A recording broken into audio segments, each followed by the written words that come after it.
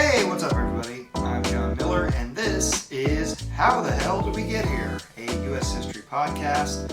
It is episode 4. In the last episode, I covered essentially colonization of the New World in broad terms in the 16th century.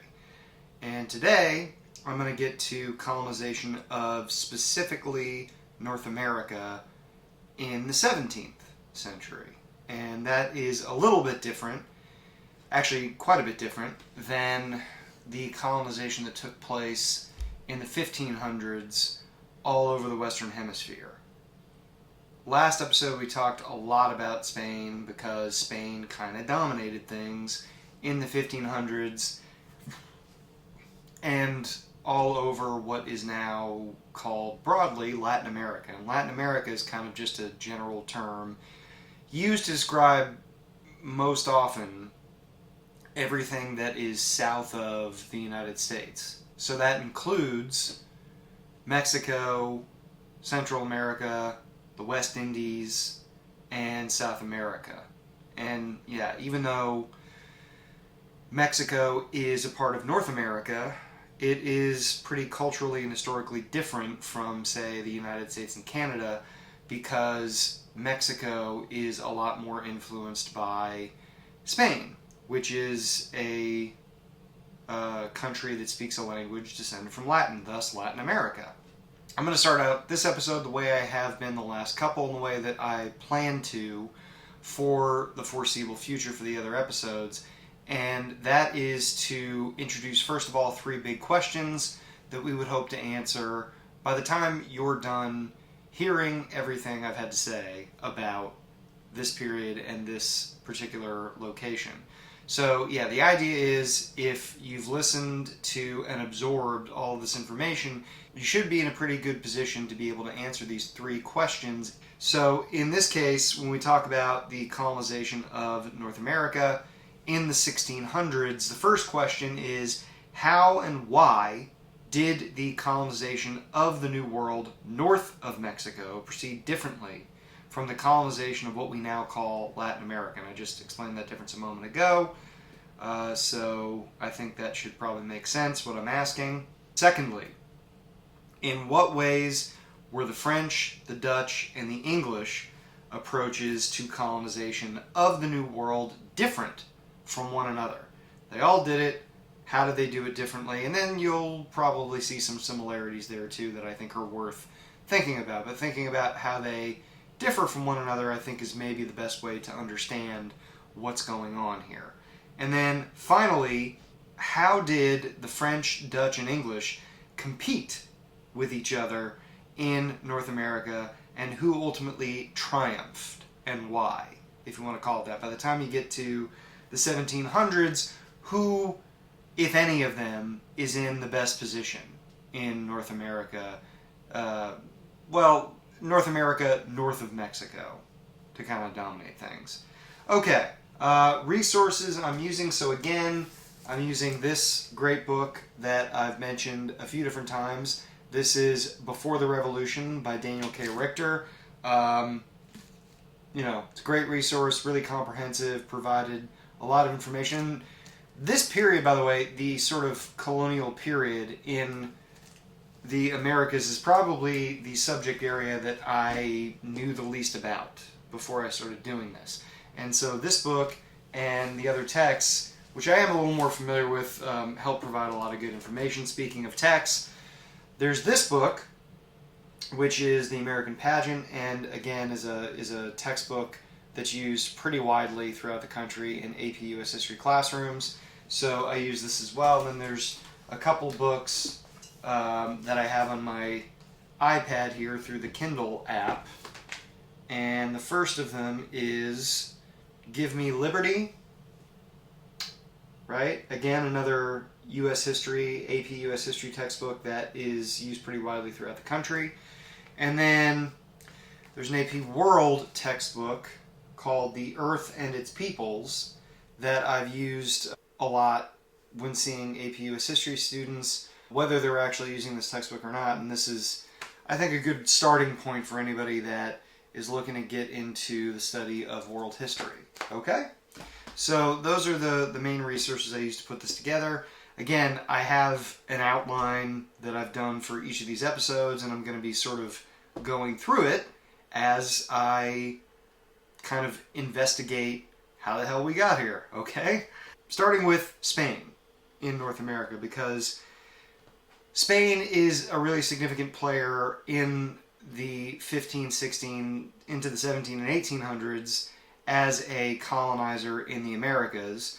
I spent most of the last episode discussing just how important Spain was in the Western Hemisphere, and it doesn't stop there. So, briefly, I mentioned in the last episode that the Viceroyalty of New Spain and the Viceroyalty of Peru were two of the major colonial units that the Spanish used to govern their colonial empire in the Western Hemisphere. As pertains to this particular subject, the Viceroyalty of New Spain is relevant because it is essentially Mexico. That's the Viceroyalty of New Spain, and it remained under that basic governing structure for centuries. After it was first started in the 1500s, after Hernan Cortez's conquest of the Aztecs allowed the Spanish to kind of open up the floodgates and take control of big chunks of what is now Mexico. And the United States, by the way. The Viceroyalty of New Spain included parts of what is now the United States, the Southwest mostly, right? Like Arizona, New Mexico, so forth, okay?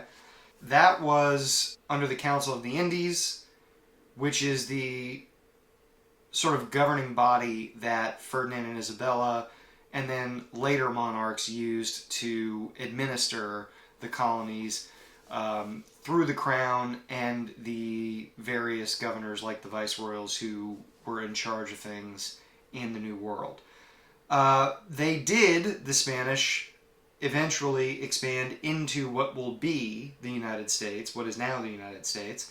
The Spanish monarchy actually, though, did forbid for a while settlement of anywhere north of the Caribbean, starting in about 1559, and for I think about a decade after that, the Spanish government officially forbade any settlement north of the Caribbean because I think mostly they wanted to concentrate on just solidifying their presence in the places where they were already established. And expanding anywhere further would have complicated that also. As I mentioned in the previous episode, it was difficult from thousands of miles away for the Spanish monarchy to really keep control over things. And I'm sure that from the monarchy's point of view, the less land that was under the control of faraway administrators, the better. Because that meant that those faraway administrators wouldn't totally go nuts and do things that the monarchs didn't want them to do. Puerto Rico and La Florida are actually the first Spanish colonies that end up being a part of the United States. Puerto Rico, of course, is now a U.S. territory. It's not a state, but it has been a U.S. territory ever since 1898, and it remains a U.S. territory now. And then, of course, Florida is an American state, and not one of the original 13 colonies, as we'll get to, but becomes a part of the United States fairly early, in the early 1800s. Santa Fe de Nuevo Mexico, which is, as the name suggests, what is modern-day New Mexico, is established by Don Juan Onave Salazar in 1598. So that is the Spanish expanding into what will be the United States outside of La Florida and Puerto Rico. It didn't go so well, though. There was a lot of conflict with the Pueblo peoples, that is the Native Americans who were residing in what is now New Mexico. I mean, you can still go and see, actually, the Pueblos that they had made, at least hundreds of years ago. I think up to thousands of years ago, but I'm not positive about that. And the Spanish were even after they had been kind of reprimanded and the new laws had been passed, which restricted a lot of the early, and I do mean like the early 1500s, the new laws passed in 1542 initially, and then later legislation, which was brought to bear by the Catholic Church, did temper a lot of the abuses that the Spanish had heaped upon Native Americans, but that didn't mean that everybody still behaved and all of a sudden treated the Native Americans like they were equal human beings. You know, in this case, the Spanish ruler, I think Salazar didn't really get going, but his successors certainly were abusive, and from what I've read, a lot of the clergy that went up there with him were really interested in conversion and domination first and foremost, and not so much in creating a good, cordial relationship between themselves and the Native Americans in the Pueblos. And about a century after the Santa Fe de Nuevo Mexico is established, there's a popular uprising. There's something called Pope's Rebellion. This guy Pope was someone of native descent who started a rebellion against the Catholic clergy and the Spanish political rulers of this colony of Spain's, and massacred a lot of these people. They retreated. Much, much later, things were reestablished, and the Spanish formed a more cooperative relationship with the Native Americans in, I think, the early 1700s is when they finally managed to do it. But the bad taste of that relationship lingered for a while.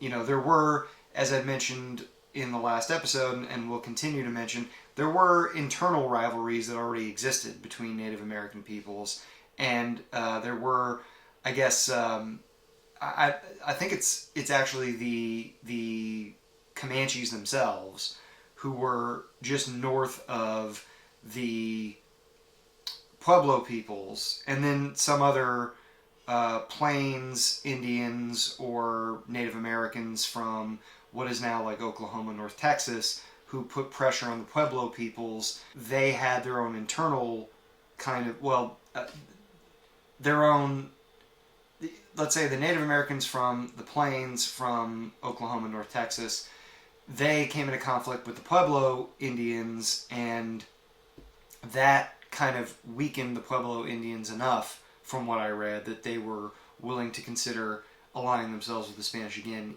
despite the bad experience that they had in the late, all throughout really the 17th century. So it didn't last. There's also, anybody who is from California probably knows about the missions that were established by the Spanish, although that didn't happen until quite a bit later than a lot of this, right? The first mission, I guess, was established in San Diego in 1769. There were eventually 21 of them established by 1823. There's one of the more famous ones, not too far from where I live, in Orange County, San Juan Capistrano, where the salmon flock every spring and the beer runs like wine, right? If you know the reference, you know. Anyway, the Spanish had a lot going on in the New World, and these are the efforts I just described are kind of the extent of what they do, largely because they are so much busier with so much else, and they're making so much money, and they're benefiting so much from these other colonies, that they're not all that interested in what is to the north of Mexico. I would liken it, I guess, to a Monopoly player who has, you know, the blue and the yellow and the green properties, right?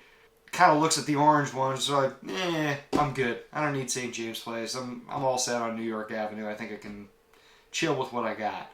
Yeah, the Spanish didn't really take a huge interest. However, other European colonizers did. And that's where the French come into the picture. I mentioned in the previous episode that the French initially tried in a couple of places to colonize what will be the United States and Canada. One of the first of them is at La Caroline, a fort that they construct in what is today basically Jacksonville, Florida. And that is destroyed by basically a Spanish military force that goes after the La Caroline fort with prejudice because they are Huguenot, they're Protestant, they're French Calvinist, right? And the Spanish are very, very, very Catholic. And this is in 1569, I think is when this happened. This is like smack in the middle of the Reformation when things are really, really, really hostile between Protestants and Catholics. And that's really kind of the main reason that this Spanish force went to La Caroline, is to destroy these, terrible, awful, godless, heathen Huguenots. However, there are other parts of what will be Canada and the United States that the French end up establishing themselves in and managing to last and thrive. The first of which is Newfoundland, which, again, I mentioned in the previous podcast. They're very interested in Newfoundland because of the rich fishing grounds. And that lasted for centuries, the value of Newfoundland as a fishing area. It's especially important to a place like France because France is very, very Catholic outside of this minority of Huguenots. And being very devout Catholics, the French, like a lot of devout Catholics, did not eat meat on Fridays. And fish was kind of a good protein alternative to meat. Now, I know maybe to some people it sounds, well, fish are meat too, right? Not according to Catholic doctrine. So, eating fish was kind of a dietary supplement that was pretty important to a place like France, and thus Europeans, and the French in particular, were really interested in staking out a claim on Newfoundland and getting access to those really good fishing areas. In 1608, the French managed to establish Quebec, and it's established by a guy named Samuel de Champlain and funded by a French fur company, because that is, in addition to fishing grounds in the North Atlantic, furs are one of the big incentives that Europeans pursue in what is now Canada and the northern United States, what will be the northern United States. Beaver hats, in particular, are all the rage in Europe in the 1700s. Yeah, that's sort of why there's not many, if any, beavers left in the eastern part of the United States. Beavers were hunted to the point that they just didn't really have a presence in the Midwest and the East Coast anymore. So this French fur company funds the establishment of Quebec, which of course becomes and continues to be an area that owes a lot to its French founding. They still speak French in Quebec. In addition to founding Quebec, the French managed to locate the Mississippi River's origin point near the Great Lakes region, and it's a combination of a Jesuit priest. It's a combination of a Jesuit priest named Jacques Marquette, as in Marquette University, in what is now Milwaukee, Wisconsin, and a fur trader explorer named Louis Joliet, I want to say. It's Jolliet. They, together, found the origin point of the Mississippi River in 1673. And eventually, later French explorers went all the way down the Mississippi to where it terminates in the Gulf of Mexico. In 1681 is when René Robert Cavelier... Okay, I'm going to try to... So, in 1681 is when René Robert Cavelier and Sieur de la Salle discovered the exit point of the Mississippi River in the Gulf of Mexico, at least for the French. And essentially, the French claimed the entire Mississippi River Valley as a result of starting at the origin point and making it all the way down to the Gulf of Mexico. Pretty tenuous claim. It's a little bit, I would say, like licking every donut in the donut box right when you get there. you can say that means something, but ultimately it just matters whether everybody knows and if they care one way or the other. So that's what the French do to sort of get themselves established. They kind of come to really dominate the trade between Europeans and Native Americans in the Great Lakes and in the Gulf of Mexico. And it's that trade that they are mostly interested in facilitating. And it's a trade in which the French are providing to the Native Americans kettles, metal kettles, and other metal cookware, metal tools and weapons. Knives are very important. From my understanding, there were a lot of Native American tribes, there were at least a number of Native American tribes that referred to the Europeans, whether they were French or not, as knife bringers or as knife dealers, whatever their native word for that would have been. And it varied because there's just so much diversity in Native American culture in what was the United States in the 1700s. But yeah, I mean, that was something that was very, very important to Native Americans in the 1700s, was acquiring weapons and tools made of metal from Europeans. They also, the Native Americans, got alcohol, glass beads, mirrors, combs, consumer goods like that they had not really developed themselves. And for the French and other European traders, what they wanted in exchange for those things were deer pelts, furs, of course, as I mentioned, foodstuffs, so they could get themselves set up where they could ship them to other parts of the colonies or even back to Europe, and medicinal plants, watercraft like canoes, and navigational guidance for getting to places where they could trap animals themselves or just finding their way around and locating other resources, right? And those are the things they got from Native Americans in exchange for the stuff that they traded to them.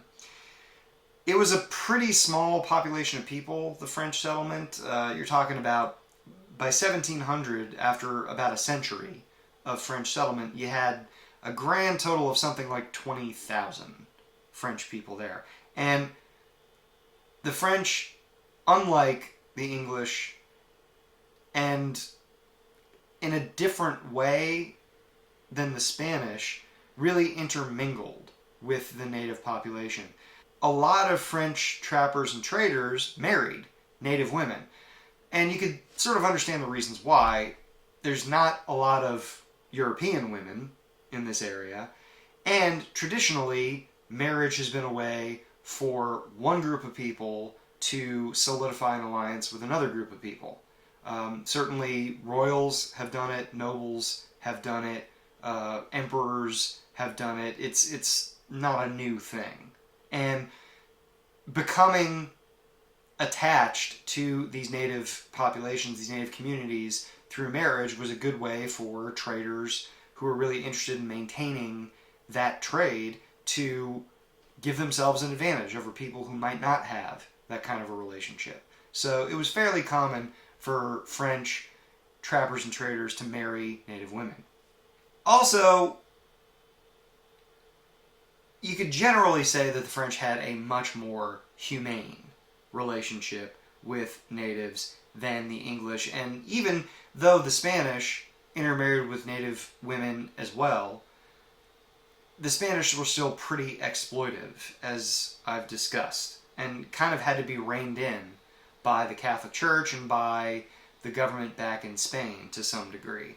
The French didn't really do that, and I'm not 100% sure why. It's not something I've read into great detail about, but I think it probably had to do with the fact that they were kind of isolated from other Frenchmen, that they really kind of went beyond what would be considered the frontier of European settlement into these kind of deeper parts of the North American continent, and they're not really in a position to assert themselves the way that the Spanish had done and the English would do.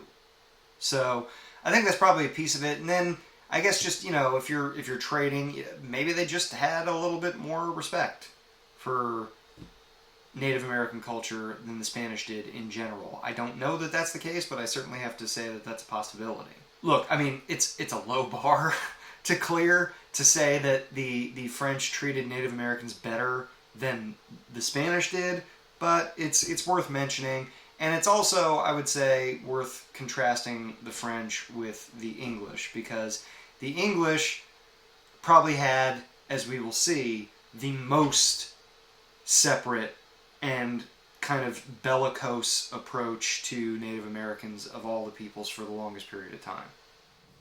Okay, on to the Dutch. So, there's one thing in particular that I want to discuss. It's not really a tangent, but it is something that is not necessarily directly related to how the United States, or what would be the United States, was colonized, but it is very important to sort of understanding the larger picture of what Western Europe was like and what the Western European economy was like, and also how Western European countries in many instances colonized the places that they did.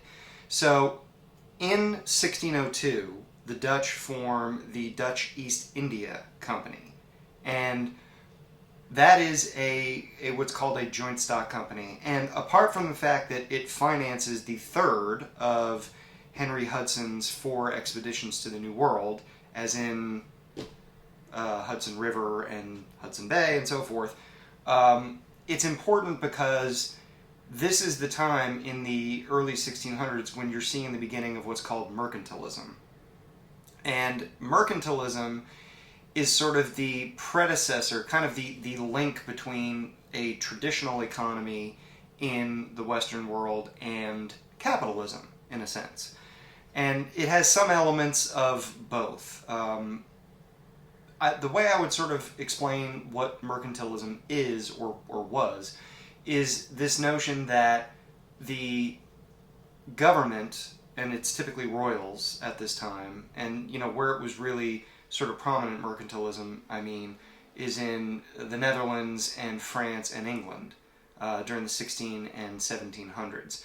And so in that system, the royals, the government, cooperated, worked sort of hand in glove with private industry, and it's mostly these joint stock companies that they cooperated with and worked together with to execute economic policy, particularly with regards to trade.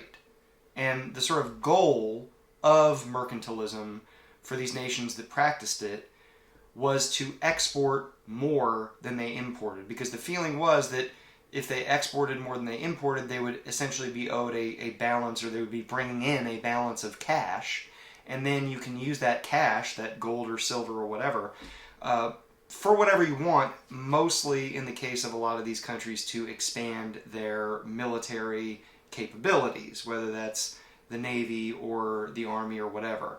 And that's kind of the system that this is a part of. And the Dutch East India Company, as I said, it's a joint stock company, and that is, to continue the analogy, it is kind of similar to a modern corporation in some ways. It's formed by individuals, both, for purposes of legal protection, but I think even more so that they can split the financial risk of any kind of major trade endeavor. So that means if you're sending a voyage thousands of miles away to pick up a bunch of spices or a bunch of tea or a bunch of tobacco or whatever it is, and there's a lot of risk involved there. Things can go sideways, right? Ships can sink, crews can get sick, and all die. They can be raided, they can be jacked by pirate ships. A lot of bad things can happen, so that if the venture fails in some way or returns less than you expect, then you, the sole individual merchant, are not on the hook for all of it. In the same way that corporations sell shares, joint stock companies sold shares. Okay? And that was a big part of the motivation for this system. Essentially, the government, in this case the Dutch government, and the Dutch East India Company, they work together by having the Dutch East India Company sort of do what the government, to some extent, wanted it to do. And there's there are varying kind of balances of power here in terms of how joint stock companies and governments cooperated with one another. In some instances, the joint stock companies were given a lot of freedom. In some cases, the government had a lot more authority. But there's some kind of balance that goes on where the government wants certain economic priorities looked after, and the joint stock company helps the government to achieve those priorities. And in exchange for that, the joint stock company is given a monopoly, an exclusive right of trade in a particular area, which is tremendously valuable potentially, right? If you're the only company that can bring in spices from Indonesia, if you're the only company that can bring in cotton from India or whatever it is, right? Like, that's tremendously valuable because you can charge whatever the hell you want to. So that's kind of the way that mercantilism operated for much of the 16 and 1700s, and it's the Dutch that kind of get it going with the Dutch East India Company in 1602. The Dutch East India Company sends out these explorations. One of them is, again, the third of Henry Hudson's to the New World. Other expeditions soon followed after Hudson's, which were financed at least in part by the Dutch East India Company. They began to explore other parts of the New World. Most notably, they went up the north, what is now called the Hudson River. They called it the North River back in those days. And they eventually, the Dutch explorers took it to its terminal point for ships. They took it as far up as the ships of that size at that time would go, which was basically what is now Albany, the capital of New York State. And by 1614, Albany became a regular trading hub between the Dutch and Native Americans. And as I mentioned a little earlier, they, like the French, kind of had a little bit more of a copacetic, cooperative relationship than the Spanish with the Native Americans, or, you know, the Portuguese or the English, as we'll see. The Dutch West India Company is chartered in 1621, so about 20 years after the Dutch East India Company. It is different in the sense that it is more aggressively Protestant. There's a more religious kind of overtone to what it was going to do, right? Like, it was not just going to do business, it was going to try to convert people to, in this case, Calvinism, right? That was the Reformed Church is in the Netherlands, and it's basically Calvinist. And then the other difference is that it's more anti-Spanish, which there's, the Netherlands as an independent country is essentially birthed by rebelling against Spain. In the 1600s and 1500s, rather, there's the 80 Years' War, it's called. Began in 1566, and it's because of the Reformation, essentially. It's that the Netherlands were a Spanish possession, and they converted fairly early on to Calvinism as the Reformation was going on in the early part of the 1500s.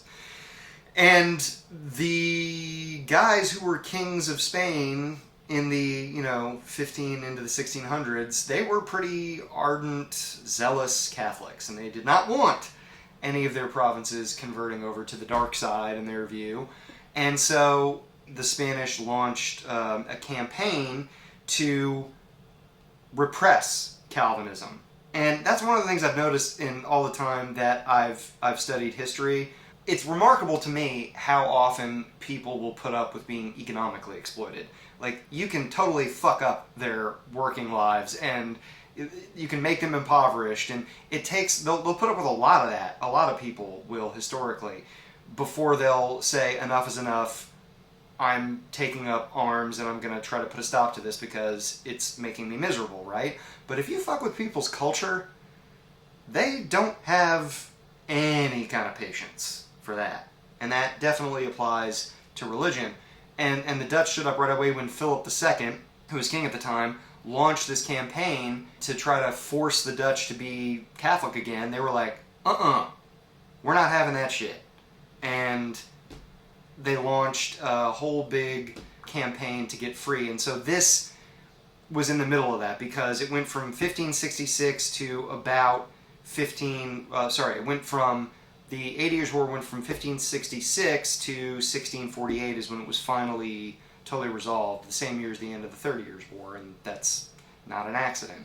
The Dutch West India Company was a little more aggressively anti-Spanish, a little more aggressively Protestant, and not as well capitalized as the Dutch East India Company. But it is significant because the Dutch did make a serious entree into North America, and the Dutch West India Company was kind of at the head of that. By 1624, Albany had been transformed into Fort Orange.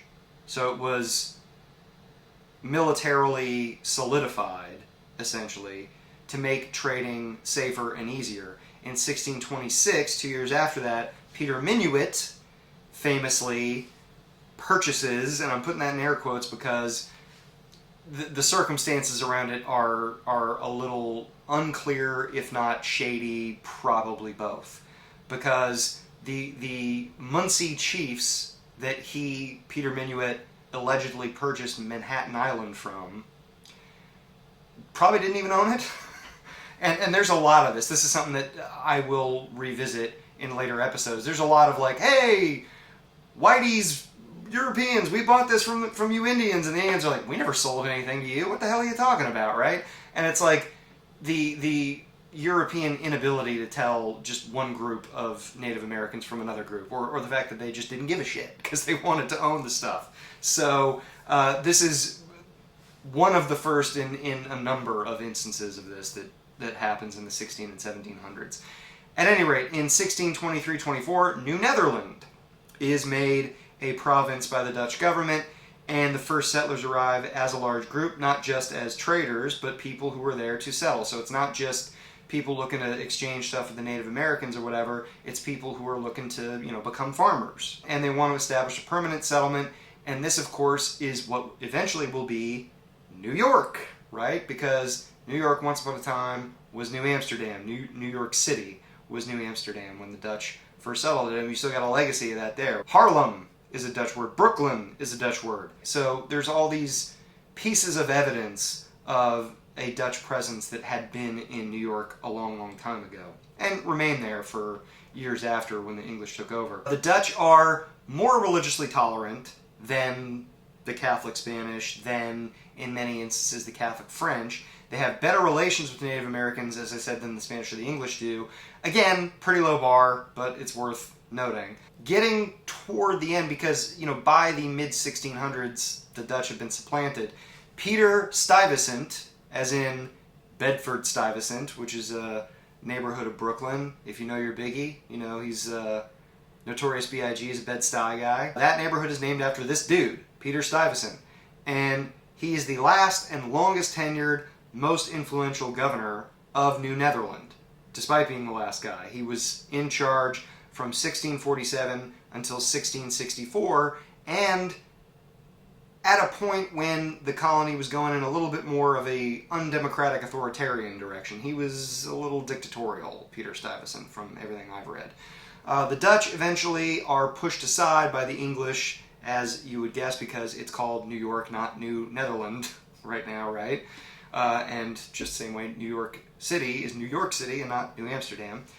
They were pushed aside without a fight in 1664, just before the second of what are 3 Anglo-Dutch wars. And this is kind of interesting because, and it shows the sort of kaleidoscope of alignments, of the kaleidoscope of alliances that you have in Europe as the years and decades go by. Initially, the English were on the side of the Dutch during their rebellion against Spain. It was in 1588 that the Spanish launched the Spanish Armada against England because England was assisting the Dutch, and it was a combination of bad weather and the English Navy that destroyed the Spanish Armada, most of it anyway. And that kind of opened the door up for England. But so at that point, in the late 1500s and the early 1600s, the English and the Dutch are on the same side. Because they're both Protestant, and because essentially England sees an opportunity to weaken Spain, which is a rival. By the time we get to the mid-1600s, now the English and the Dutch are fighting each other. And that is because they've become competitors as well, and we'll get to that shortly. But this takeover in New Netherland is part of what's called Restoration imperialism, and I'm probably not going to get into that in this episode, but there's the Stuart Restoration, essentially, after a period when, King Charles I is executed. The guy that led the parliamentary forces in the English Civil War, Oliver Cromwell, takes over as essentially a military dictator for about 15 years. And then when he dies, the Stuart monarchy is restored. And Charles II is made king. And so this is in the midst of that. This is called Restoration imperialism.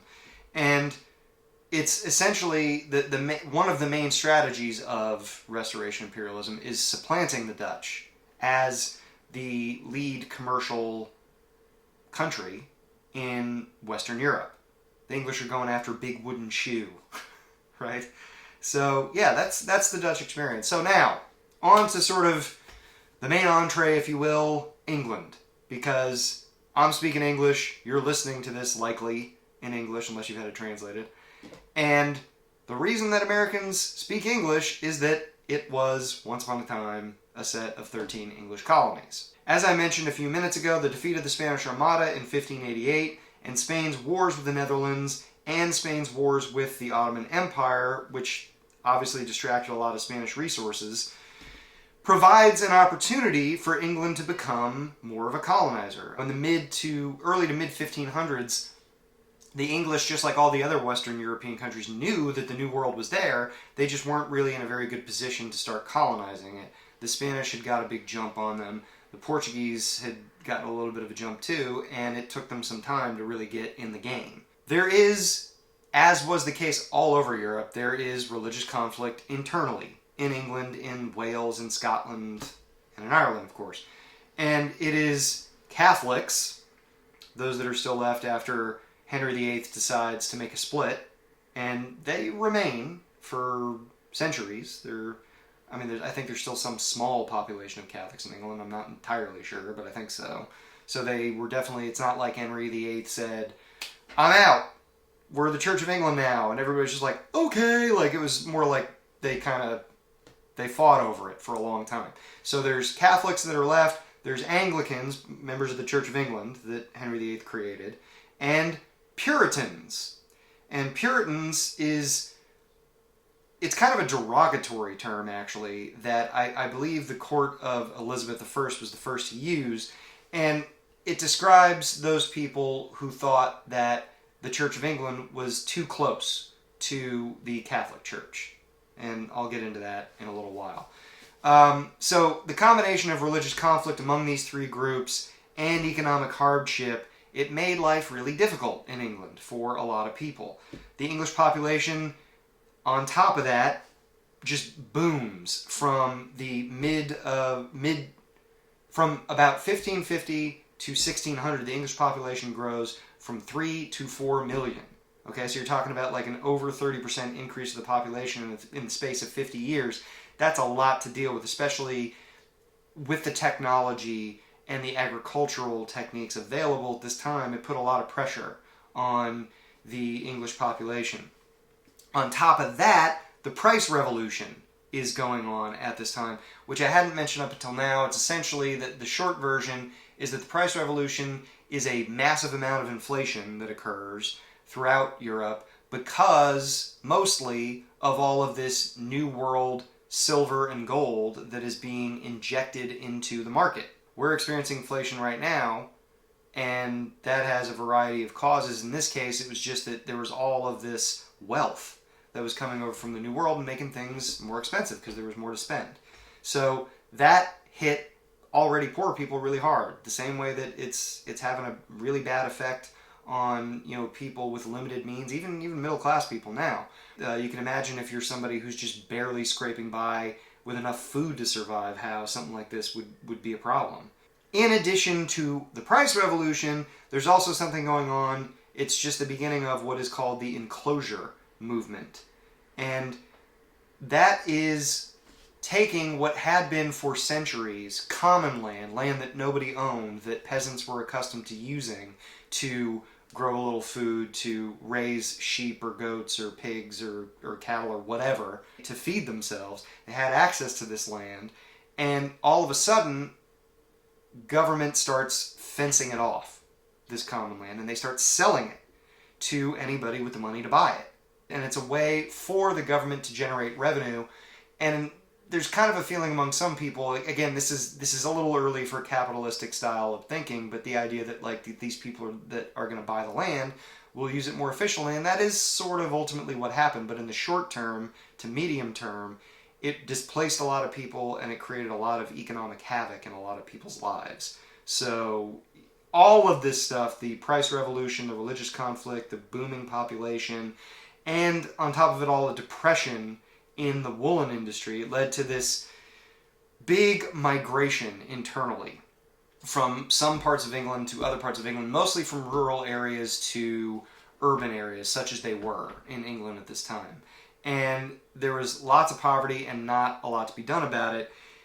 The English government looked at this, and so did too aristocrats and merchants and better off people. They looked at this as like a real problem, and that England had what they called a surplus population.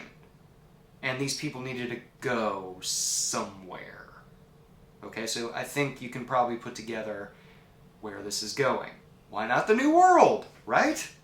This is another incentive for colonialism, for settling these lands in the New World, because this is a place to dump your surplus population, as you see it. And it's not only attractive to wealthy people wanting to get rid of poor people, or to members of the Church of England looking to get rid of troublemaking Catholics and Puritans, or to anybody looking for a little bit of relief for themselves. It's also a big relief in the view of not firstborn sons. So I'm talking about second, third, and beyond sons to wealthy families, because according to what is known as primogeniture, this notion that the firstborn son inherits the title and most of the land and most of the real power in any influential, wealthy, landed family, the firstborn son is sitting pretty and everybody else kind of gets screwed. So eventually there's an attraction among the not firstborn sons to migrating over to the colonies, to the New World, where they've got an opportunity, more of an opportunity anyway, to kind of do something with themselves. And that draws some people in that way.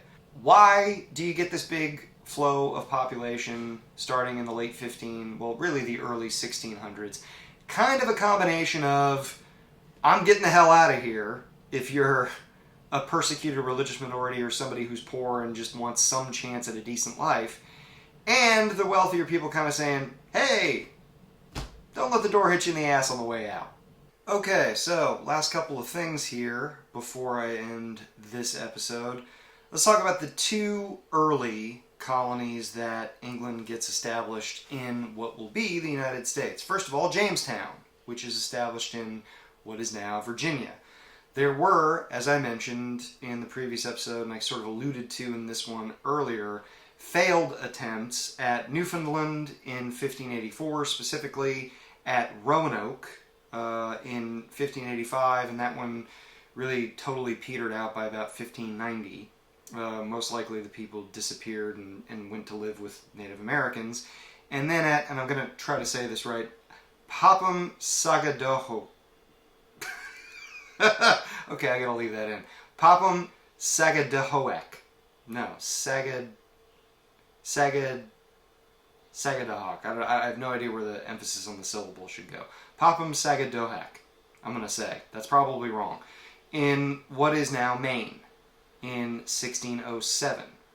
So all of those were attempted, none of them ended up making it very long. Largely it was because they were underfunded, they weren't very well planned out, and this is part of a general pattern that you're going to see. The investors who paid for a lot of these missions didn't want to sink more money into those establishments than they had to. And that left a lot of these colonizers in a pretty poor position as far as just surviving the early stages. Supplies and support from both the English government and from the proprietors of these colonies, often joint stock companies, were pretty limited, and that made it hard. Jamestown was founded in 1607, and it was founded by a joint stock company, the Virginia Company. The Virginia Company was seeking, they thought they would get profits from harvesting commodities like gold, silver, sugar, all that sort of thing. There was lots of pressure on the settlers to make money for the Virginia Company, and not so much on helping them get established and helping them to survive. The starving time, which indicates how bad things got, and the institution of martial law begin in about 1609. And it's because there's a lot of people, there's people of all classes that are sent to Jamestown, but only some of them are under the impression they're actually going to have to work. There's still some of the higher level, higher status people, the aristocrats, who feel they're going to get there and things are going to work in Jamestown the way that they work back in England. They're not going to do any work. That they're not going to have to do any work, that it's going to be all of the commoners who are going to do the work for them. And that's becomes unacceptable when things get really desperate. And John Smith institutes martial law. If you've seen the movie Pocahontas, the Disney movie, there's some truth in that. You know, of course, not the singing and talking animals and just the facts of the history of it, but, you know, some of it at least kind of happened. It was almost abandoned. That's how bad things got. In June of 1610, they were kind of the surviving settlers of Jamestown were kind of on their way out, but then Lord Delaware, and I'm not sure if it's pronounced Delaware or Delaware, and that's why Delaware gets its name. I'm not totally sure, to be honest. Guy named, his actual name, given name, is Thomas West. He arrives with supplies and with new settlers in June of 1610, just as the settlers are trying to make their way out. And he kind of like forces the settlers who are starting to leave back to Jamestown. You know, it sort of lets them know that they don't really have a choice. And unfortunately for the settlers, trying to survive without a lot of supplies and a lot of monetary support and not being real familiar with the land was not the only challenge. They encountered Native Americans, and there was in Virginia at the time a confederacy of Native Americans called the Powhatan Confederacy. It's made up of a few different nations of Native Americans who came together mostly as a way to counter their Native American rivals. And this was not the only confederacy in existence in North America at the time. We'll talk about the Iroquois Confederacy later. The colonists, as things started to get desperate, took to just raiding and stealing from the Native Americans, food and supplies and things like that. And of course the Native Americans didn't appreciate that. And war broke out essentially between them in 1609 as the starving time is kind of kicking up, and didn't really end until 1614 when Pocahontas, the daughter of the main authority figure, the main chief in the Powhatan Confederacy, is kidnapped. Eventually, her kidnapping turns into kind of a political alignment where, in which Pocahontas and John Rolfe are married. John Rolfe is a colonist, and he's somebody that has set his sights on breeding and growing tobacco in Jamestown, in that area. And he'd had this kind of on his mind for a number of years before he actually did it. He had, through breeding, had put together these seeds of tobacco that he planned to grow. He originally came across the specimen in the West Indies, and he bred it and planned to plant the specimen in Virginia. And he marries Pocahontas, and that creates an alliance of sorts between Pocahontas' tribe and the settlers of Jamestown. Political alliance, which is, again, a very common thing. Look, it's something I'll revisit, but things I want to give you kind of an illustration of just how bleak, just how bad things got in Jamestown in these early days. Of the 1,700 colonists who settled it through 1616, 351 of them were still living at that time. Okay? So you're talking about less than 25% of people making it through the space of, I mean, some came a little later, but just at, less than a decade. Pretty bleak. And some of that is definitely not having access to food and stuff, but a lot of it has to do with disease. And it's yellow fever and malaria and things like that a lot of the colonists just were not well equipped genetically to deal with. Kind of like how Native Americans were not well equipped genetically to deal with measles or influenza or smallpox. Last piece of this, the Plymouth colony is actually set up kind of by mistake, because the settlers that go to Plymouth are initially aiming for Virginia, and of course they miss by quite a bit. Look at a map. Compare Cape Cod, where they ended up, to roughly where Jamestown was, and you see they missed by quite a bit.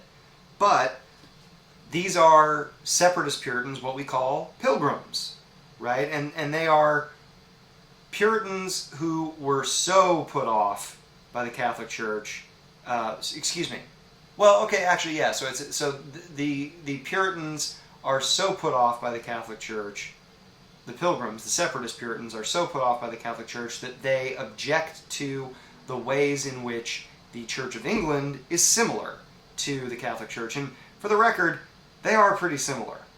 I think if most of us who are not Catholic or Episcopalian, as the descendant of the Church of England is now called in the United States, if you were to walk into a Catholic service and then after that walk into an Episcopalian service and you had no idea and they never said which was which, I think a lot of us would have trouble telling the difference, even now. So it isn't just total fantasy or ridiculous zealotry that these people are feeling when they position themselves in this way vis-a-vis the Church of England. They were also, because of their feelings, and they let it be known that they were not big fans of many things about the Church of England, they were politically and religiously persecuted by James I, who was king in the early 1600s, and by certain members of the upper class and even parts of the Church of England. They were holding services, were the separatist Puritans, unsanctioned by the episcopal or the bishop level authorities. And that was not cool. And in addition to kind of flying in the face of what was becoming settled religious culture in England in some ways, it also seemed to be a challenge to the upper classes, and in particular the king, because the king is, remember at this point, not only the head of the state and the political leader of England, but also the religious leader as the head of the Church of England. That's a title and responsibility that the royals in England still have, actually. So they were looked at as troublemakers because they were going against the grain and they were questioning the authority of the king and the church and everything associated with it. So the Pilgrims left England for Holland, for the Netherlands, in 1608, and that's dominated by the Reformed Church, the effectively Calvinist Church, which is a lot more similar to what they wanted to practice. However, they were not really cool with, the Pilgrims were not really cool with the way in which their children began to become, as they put it, Dutchified. The children of the Pilgrims were starting to become more like Dutch people than like English people. And that gave the Pilgrims an impetus to get out of there. And they made some agreements with the Virginia Company that started Jamestown, and a few dozen of them left in 1621. A few dozen of the Pilgrims left in 1619, after making their agreement with the Virginia Company, and they were aiming for Virginia. And as I said, they missed and became effectively squatters in what is now Cape Cod because they didn't have any official sanction from the government to be there. So in the eyes of England, at least, they were squatters. In 1621, a couple years after they arrived, though, they did receive a charter from the Council of England, and that's effectively the successor to a joint stock company that tried to get founded after the mix-up had been discovered, the Plymouth Company, the mix-up of the Pilgrims landing in Cape Cod, and it was headed by a guy named Sir Fernando Gorges. It's a pretty fun name, right? As the Pilgrims made their voyage across the sea, the Atlantic Ocean, they drafted the Mayflower Compact, because they were aboard the Mayflower, the ship. And the reason this is so significant is that it's the first major step really toward a written constitution. Now, it's not really a written constitution at all. It's kind of just a promise that there will be a government based on a written constitution and one that would submit to majority rule. That's effectively what the Mayflower Compact says. So it's kind of a promise that there is going to be a majoritarian constitutional government. And that's a big deal because it's the first instance of something like that that the English will attempt in North America. And ultimately, of course, that's what the United States will become, is a democracy based on a constitution. There was a brutal first winter in Plymouth, like in Jamestown, and only 44 of the 102 souls that were there survived in the winter of 1620 to 21. So not quite as brutal as Jamestown statistically, but still pretty bad. Fortunately for the Pilgrims, there was a Patuxet Native American by the name of Squanto, probably heard of. There's a good chance you've heard of. And he's got kind of a crazy backstory. He actually had learned English because he was enslaved by English sailors a few years before this.